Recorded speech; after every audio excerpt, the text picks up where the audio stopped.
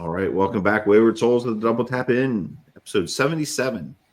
And hard to believe.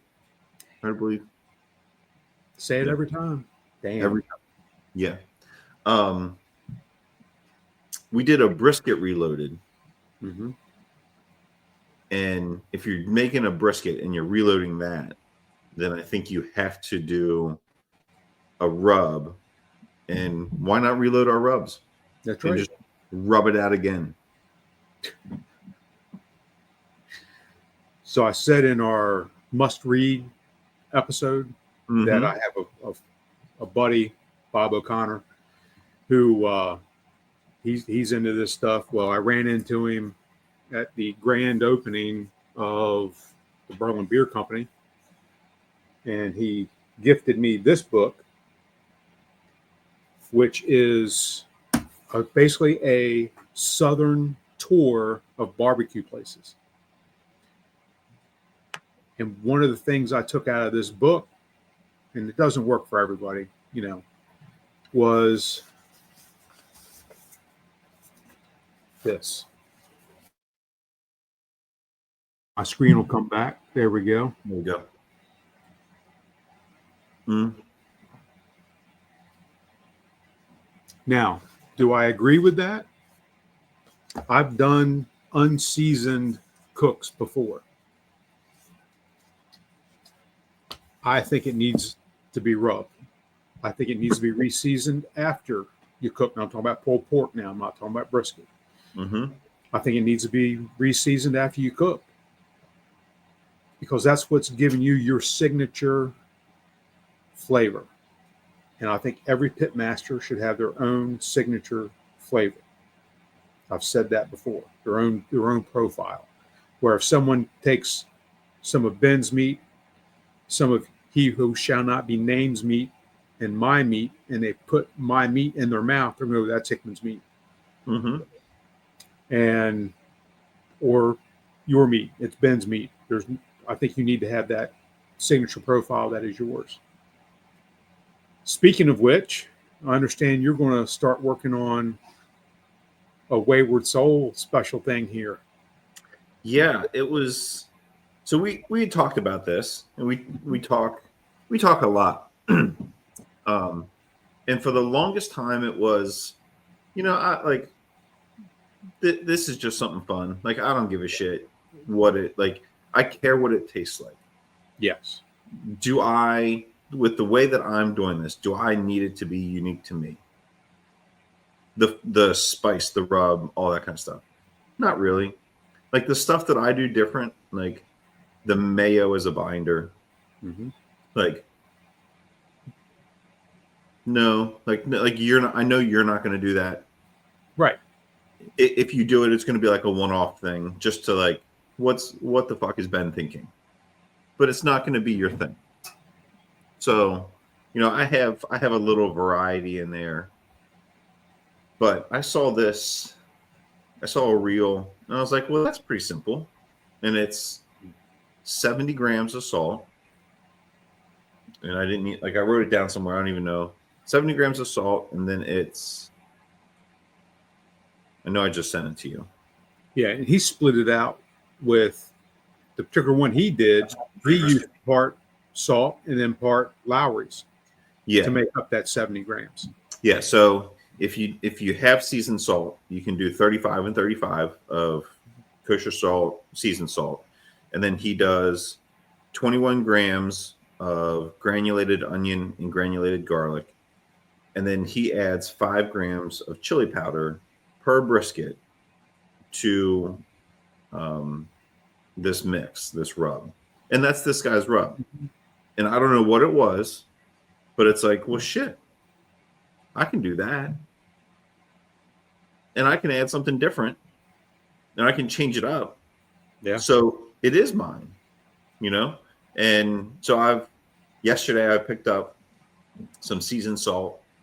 And I picked up something else that we're going to try. And I was just telling Hickman before the show started, when we were out in Dallas, went to a place called 1890 Marketplace. And they do, I'm going to show their house blend. because that stuff's pretty good. 1890 house blend in Dallas, Texas. And they have it's a spice, and you would love this part: olive oil and balsamic vinegar. Well, I think all kinds of vinegar, but they have all of that stuff there. So I was like, well, like I'm gonna find some stuff that I like, and we're gonna give it a shot. And now that I've seen this recipe, it's like, you know what? I got an extra shaker from a rub that I didn't use. Why not? Like, it's not going to be bad. Right. For this guy uses it for his brisket. I could use it. You can use it for beef. You can use it for all beef. You can probably use it for all kinds of stuff, like just as a general rub. And, see what happens, see where it goes. So we're going to give that a shot. And we'll see. We'll have to report back. Maybe it'll be another show. But the one thing that I really liked about this was, and I've seen this in a couple places, I think it's very important in baking. And if Miss Jennifer is still there, she can chime in. But he weighs everything. So it's the same thing. And I don't know if that's when you're making your gunpowder, if it's by weight or if it's by volume, how you're mixing it. But I pulled down my little drug scale and got to knock the Coke off of it and put on some black pepper Perfect. To get that set up. So we'll see. With the salt and pepper, they're different weight for the volume. So you have to know if you're doing a 50-50 mixture of kosher salt versus the coarse ground black pepper, you have to know that if you weigh it out, there's going to be a tremendous difference in your volume. So when it comes to the salt pepper, I do measure it out. I don't weigh it out. I measure it out that way, because I do want let's just say it's a 1-to-1 ratio. If I weigh 1 cup of salt versus 1 cup of pepper, the pepper is substantially lighter. Yeah. And I don't want to over pepper my gunpowders. That's a good point. I didn't even think of that. Yeah. So that's why I measure those out. Just to keep it, because I have weighed them out, and there's a tremendous difference. And now I've made it so much that I know how many boxes of kosher salt and how many large containers of black pepper I need to dump into my mixer to make it. So I don't even measure by the cup anymore. I know exactly how much I have to dump. Right. Yeah. So when I go to do this later, would you recommend the weight or the specifically, because it's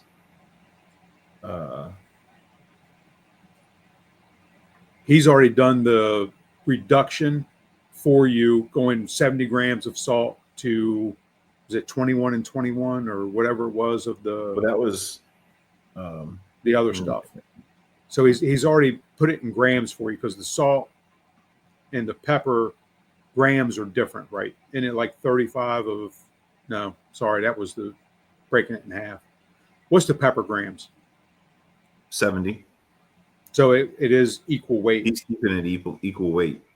Yeah, you'll have to look at it and try it. Yeah. If it's not what you're looking for, if it's too peppery or if it's not enough, you can make the adjustment. Yeah.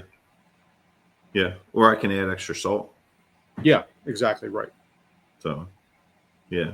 And it's interesting, you think of, like, he's talking grams, and at work, everything we deal in is milligrams.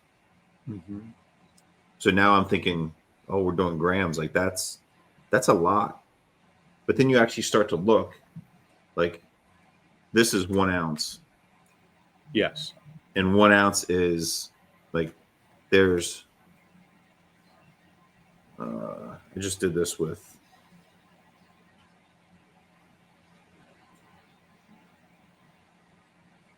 do it, 28 grams. Yeah. So, like, I could have told you that from being a cop.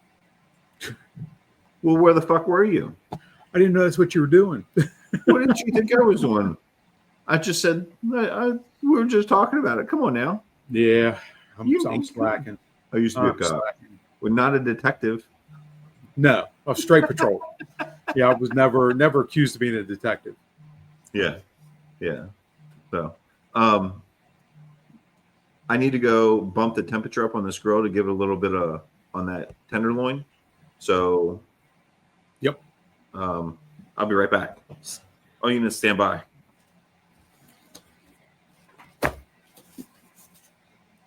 We mentioned this in the other episode, the flavor Bible. So when you're building your rubs and you want something different, a book like that's going to be your best friend. You can take a particular flavor that you want and what goes well with that. You look it up in the book, and it'll tell you everything that pairs or goes with that particular flavor that you're looking for. Out of all the reading material, this is one that probably gets used as much, if not more, than Peace, Love, and Barbecue. Highly recommend it. And it's not just for doing barbecue, it's for all your cooking. If you're stuck on something or you don't have a particular ingredient, it'll give you substitutions that you can use and not compromise the quality of what you're doing. Better than Google, because this will give you a broad range of things that you can do to improve what you're doing. This will just give you an idea of, and it's not going to show it very well, but it gives you an idea of all the substitutions that you can make. And there's a long list for everyone. It's amazing what you can do with this, without a doubt. Damn, I cut out for a second. But when you're doing your rubs, again, it's going to be trial and error. You're going to have to experiment with the flavors that you like and build your own profile. And it might take, when I did gunpowder was easy. It only took a couple variations. Banging boar dust, that was a little different. That took a long time to perfect. But keep working at it and you'll find exactly the profile that you're looking for that you can say is yours. I had discussed the flavor Bible that we discussed in the original episode and how much of a difference that makes, not only in building of rubs, but in your general daily cooking. It can help you if you run out of something, you can find a substitution there. Yeah. And, to go back to what kind of pairs well with the spices and all that kind of stuff. Peace, Love, and Barbecue. Yep. And I want to say that I knew that it was in here, but I didn't realize. Because, again, I had made the decision that, for my beef, I'm going to use gunpowder. I like the crust. I like the bark that it gets. I like the flavor. Why do something different until now? And who knows, all of this stuff in this rub could go out the window. But as I'm looking to make that on page 65, it gives you a dumbed down version of, hey, this is stuff that this guy recommends goes well together. So if you're making spices, you can use a nutmeg, oregano, parsley, curry, fennel seed, all that kind of stuff together. But don't use. Stay away from. But stay away from chives, citric acid, cloves. He's got. I think just yesterday we talked about using coriander, right? Mm-hmm. Yes. And it adds kind of a citrus flavor to your rub. And in here, it says coriander will kill a maggot, but some people do use it. Yep. So, and I believe I said I can't stand coriander, and I can't. It's the cilantro seed, and cilantro for me is like eating a bar of soap. I just can't stand it. Yeah. So I had that genetic mutation. Yeah. Something else interesting in here is, when you're making your spices and you're making your rubs, rosemary. Like I Yes. would have thought rosemary would have been one of the, not the top of the list, but higher Yeah. on the list of things to use. And he's got it on the list for only use it for poultry and seafood. Yep. And as you know, with the prime rib, when I vacuum sealed it with the basically compound butter, I threw sprigs of rosemary, Yeah. one on each side, and vacuum sealed it in there. And Yep. I think it imparted a decent flavor. Oh, I think so too. I think I love, we've talked about this a lot before. I love the flavor of sage, and I love the flavor of rosemary. So, so yeah, everybody has that different palate. And when, at least in my mind, if I'm making something, I want something that I'm going to enjoy. But I want something that's unique, and that other people would be like, "Damn, that's good." Like, what did you put in that? It's like, it's this new rub I'm making. I'm trying, Yep, but exactly. something that they're going to be like, something that's going to stick with them in a good way. Like you put what I say, chives was one. Yes. Like you throw some chives in there, and maybe that ain't it. Maybe that ain't it. So, it also did say in there not to use lemon pepper. So we had talked yesterday about one of the spices I was thinking of adding to this rub was the orange pepper. And I was like, maybe we won't do that. Might want to hold off a little bit. Yeah. I did. I'm a big fan of lemon pepper, and I'll do lemon pepper on fish, chicken, all that. And I forget what I made. And I'm hoping my wife can remind me. I did a beef dish, and I don't remember exactly what it was, but I used lemon pepper. And my wife, who doesn't complain about my cooking at all, said, "Yeah, never fucking do that again." Yeah. Yeah. So I can get that. Yeah. Yeah. And I think even when we were talking yesterday about it, like it was a fleeting thought. Like even the mention of it, and then it was like just as quick. It was like, what about that orange pepper? What do you think about that? All right, moving on. Next. Yeah. Like, much like our shows, our conversations are just the same. Squirrel. Yeah.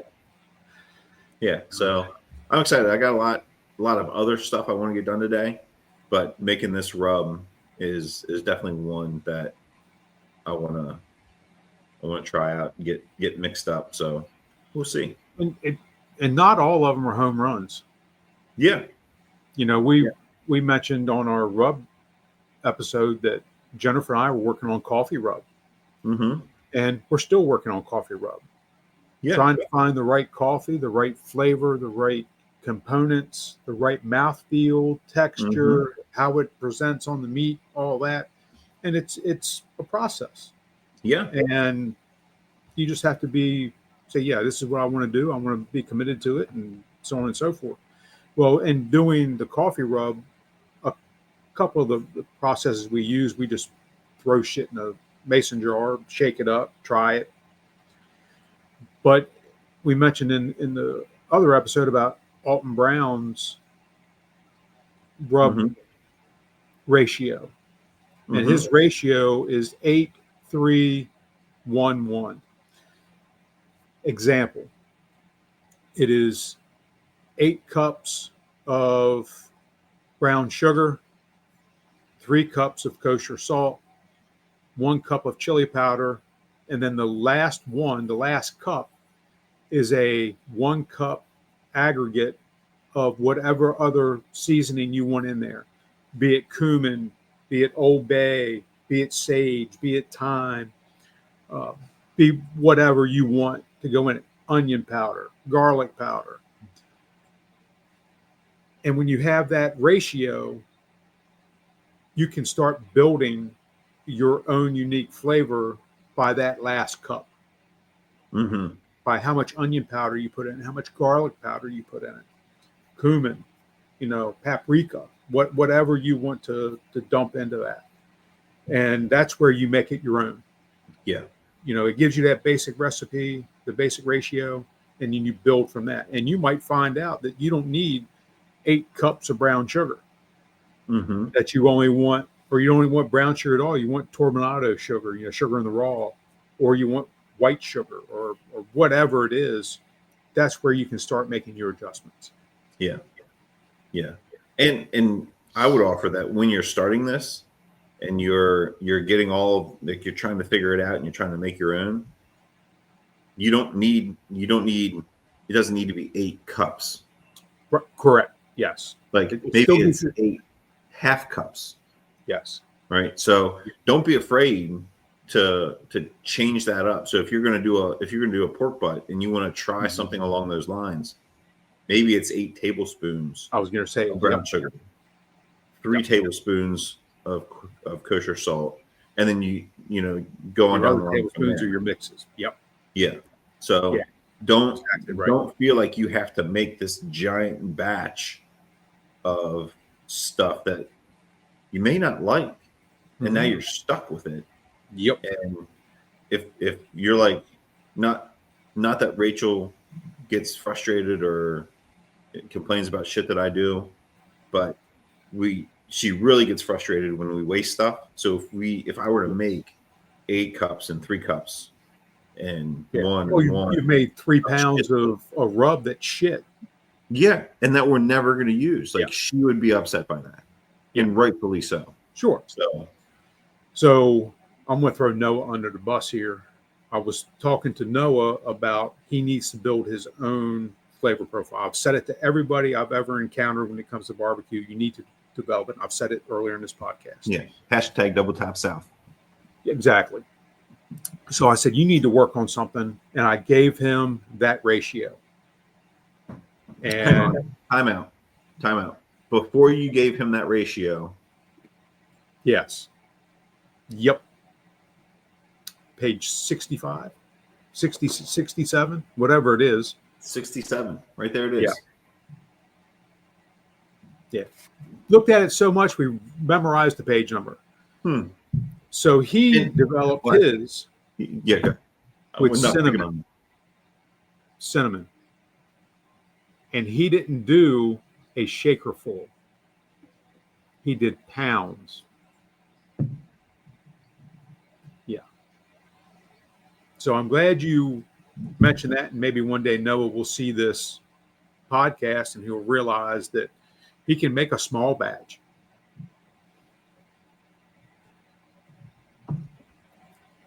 Yeah. How'd that work out? Not for shit.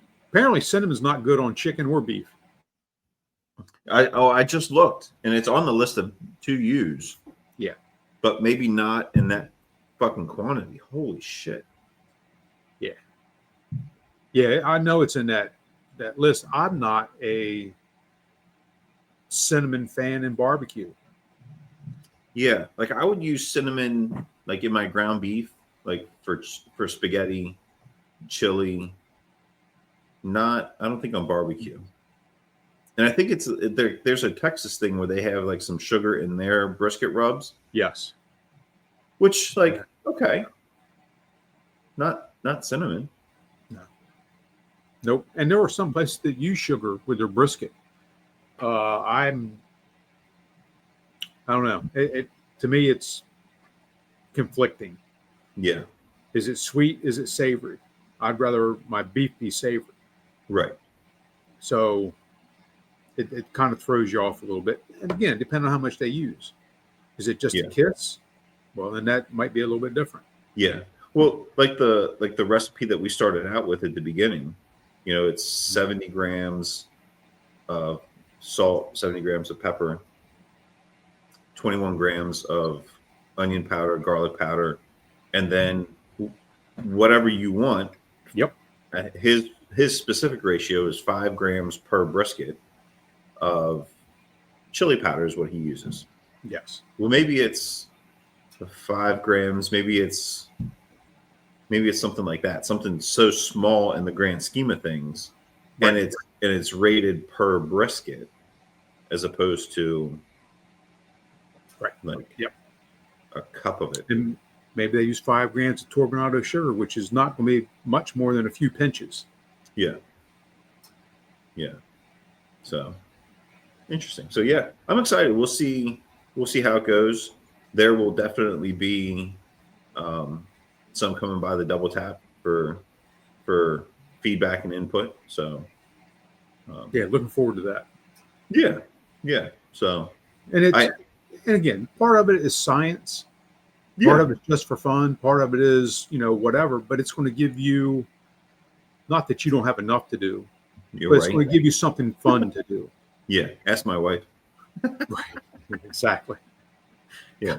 I've got a shared note that tells me what I'm supposed to be doing. Yeah. Yeah. I told her, I said, don't, like, I will make a to-do list. Don't ever leave me a to-do list. Yeah. You can ask for items to be put on there, and you can even ask for priority on those things, but don't ever make me a to-do list. I had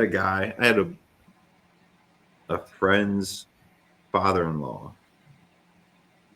We happened to all be at lunch one day, and his, like, they were getting ready to leave, and I'm like, yep, gonna go home and see what I got to do. And somebody said something about his wife giving him a to-do list. He's like, they've been married for forever, like old retired couple. Like, she gave me a list once. I set it right there on the countertop, and I sat in my chair all day. Never again will she give me a to-do list. Yep. Now the next day, on my terms, I did it all. But Right. So, and I say that if Rachel asks for me to do something, I try my best to get it done. Oh, sure. But Sure. but Yeah, in my mind, same here. yeah, like she asks, what am I thinking about? What am I worried about? What am I planning on doing? Like, there's always a list of shit occupying the space between my ears, however very small space that is. But there's a list of things that are occupying it, and it's not like play video games. It's not sit on the couch. Like, it's like shit to get done around the house. So Yep. Just to keep up with daily life. There's always something. Right. Another funny story. We were with some friends, and they're expecting their second,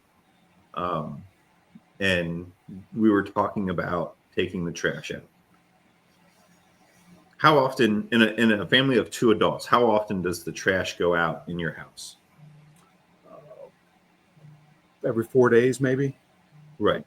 Here, it's every day. Yeah. Every day. Oh, I'll be right back. I gotta go get that tenderloin off of there. Oh. That's one good thing about having a remote thermometer. You know what's going on. So, pro tip, keep an eye on your shit so you don't ruin it. And of course, he's doing a tenderloin, so you're only taking it to 125 degrees, and it does not take long, even on a cold. You really got to keep your eye on that shit. If not, because tenderloin's cheap. You don't want to ruin it. Got to keep your eye on it. Always. See if he's smiling. Oh, look at that. Yep. All right. So last episode we talked about the tenderloin. You saw me rush out earlier. Looks like a penis. Looks like a big old bull dick. It's a smoked dick. Smoked bull dick. Jennifer's laughing, shaking her head. It does.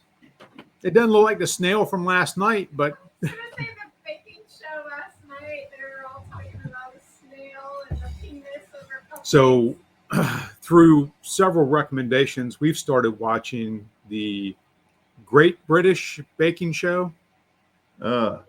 And, we watch the American version all the time.